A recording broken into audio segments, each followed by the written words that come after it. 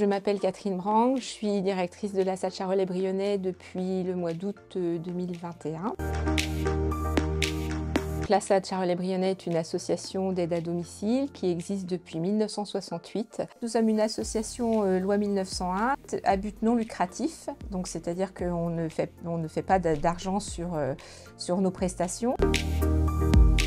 Alors à la SAD, on peut trouver différents métiers, donc on appellerait, que moi j'appelle les métiers de la relation à la personne, parce qu'on est dans un accompagnement. Il faut qu'on change nos représentations sur le métier d'aide à domicile. On est souvent considérés comme des boniches, on peut le dire comme ça. Souvent les clients quand ils nous appellent, ah mais non mais c'est ma femme de ménage, mais non, madame ou monsieur, effectivement on vient faire de l'entretien de vos biens personnels, mais on n'est pas votre femme de ménage comme au siècle dernier.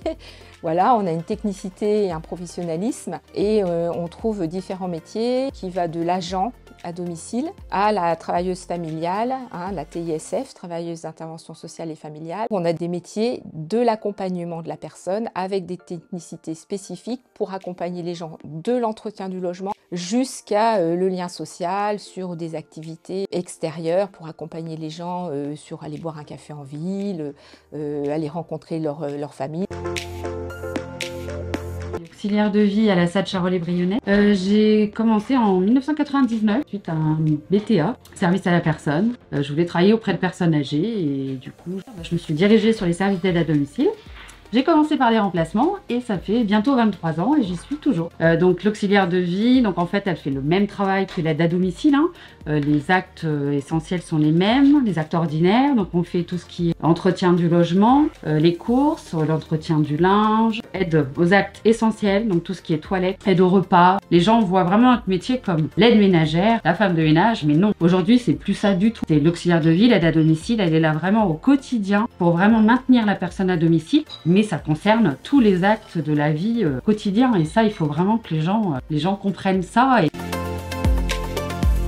C'est ce contact qu'on a avec les gens, c'est en se disant le matin, waouh, on va aller aider cette personne, voilà. Sans mon intervention, cette personne va rester couchée, elle pourra pas prendre son déjeuner toute seule. C'est vraiment se dire, voilà, notre métier est important parce que sans nous, ces personnes-là pourraient pas rester à domicile. Je vais avoir 100 ans au mois de novembre, le 22 novembre. Elle fait tout le ménage, elle s'occupe du linge, elle s'occupe du bonhomme. C'est des gens qui ont un mérite extraordinaire et qui sont mal considérés, je trouve. J'étais pas du tout destinée à faire ce métier. J'ai été formée sur le tas, j'ai passé le diplôme d'AVS avec la validation des acquis d'expérience. J'aime beaucoup le contact avec les personnes âgées et puis essayer de leur redonner goût à la vie et les maintenir le plus longtemps possible à leur domicile.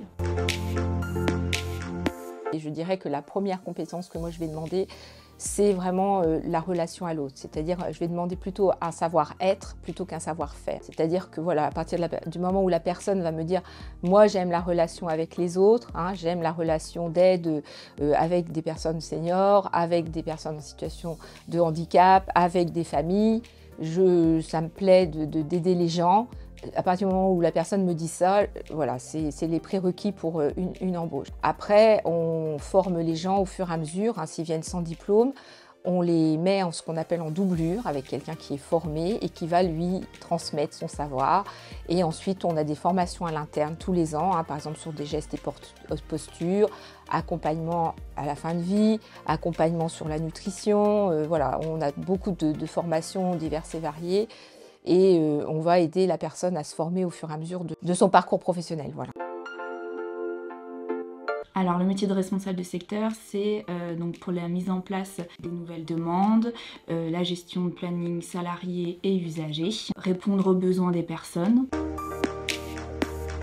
Alors moi j'ai commencé par un BEPK sanitaire et social et j'ai poursuivi en bac service à la personne en milieu rural et j'ai fini par un BTS SP3S. Après j'ai été en licence management et coordination des personnes âgées.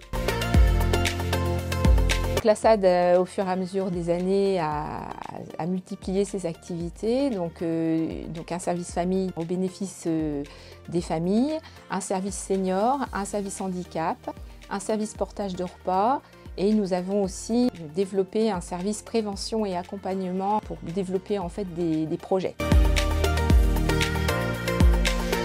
Alors, le service handicap à la SAD consiste à aider des usagers qui bénéficient de la PCH, donc la prestation compensatrice du handicap, qui est allouée par la MDPH et le département qui les aide aujourd'hui dans des situations bien particulières.